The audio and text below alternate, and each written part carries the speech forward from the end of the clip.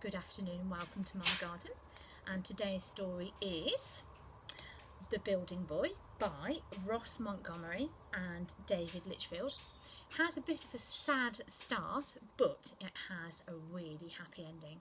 Are you ready to start? Each night before the boy went to bed, he would light the fire. He would squeeze beside Grandma on her favourite chair. The house would be quiet except for the turning of a page and the ticking of a clock.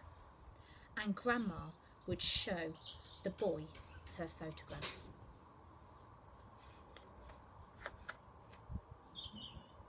There she is, Architect of the Year. Grandma had been an architect. She made the tallest skyscrapers, the most beautiful palaces and museums and libraries, bigger than towns. But they would be nothing, she said, compared to the house that she would build for the boy. The house would sit on the hill that lay on the horizon, over the city and beyond the sea. "When will we move there, Grandma?" the boy would ask. Grandma would just nod her head and say, "Soon."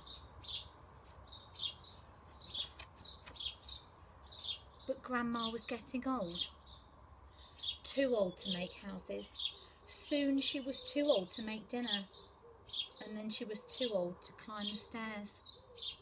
One day she was too old to sit up in bed, and by the time the boy came home, she was gone. Without Grandma, the house was empty. It was just rooms. But the boy had an idea. He made his plans. He set to work. The boy worked through wind and snow and rain. Can you see what he made?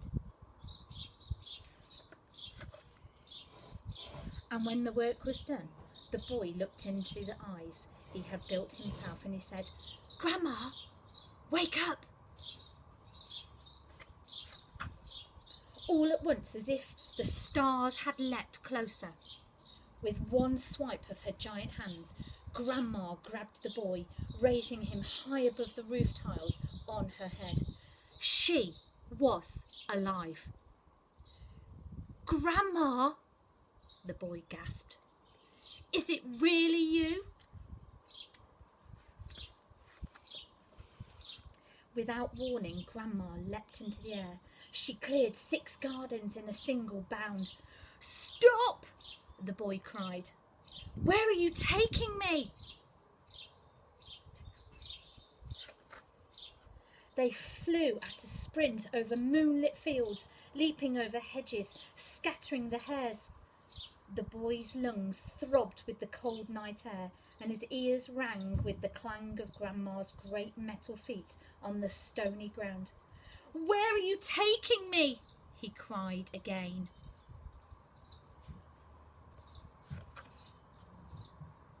They came to the sea. It stretched out before them, still as a sheet. Grandma ploughed into the waves. For hours they walked the great wide ocean. Mackerel circled round Grandma's steel shoulders.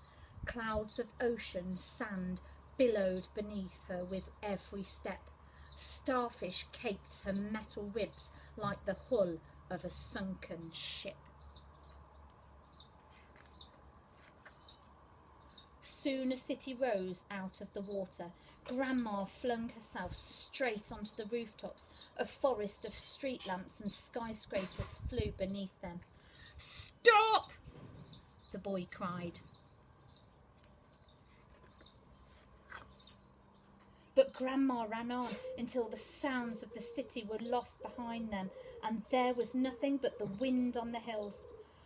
"Where are you taking?" the boy began. Then he saw it. On the hill above the city that lay beyond the sea was the house that Grandma had built for him.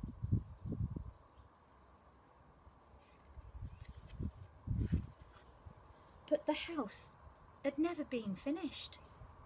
It was just bricks and glass and girders. A great hole lay right in the middle of it.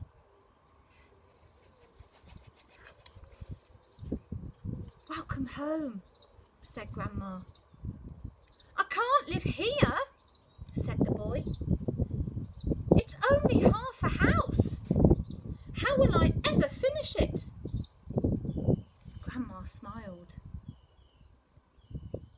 The boy could suddenly see the stars through the windows of her eyes. "But you already did," she whispered. And there it is. A school for young architects. And that was him, the building boy. I hope you enjoyed today's story. See you soon.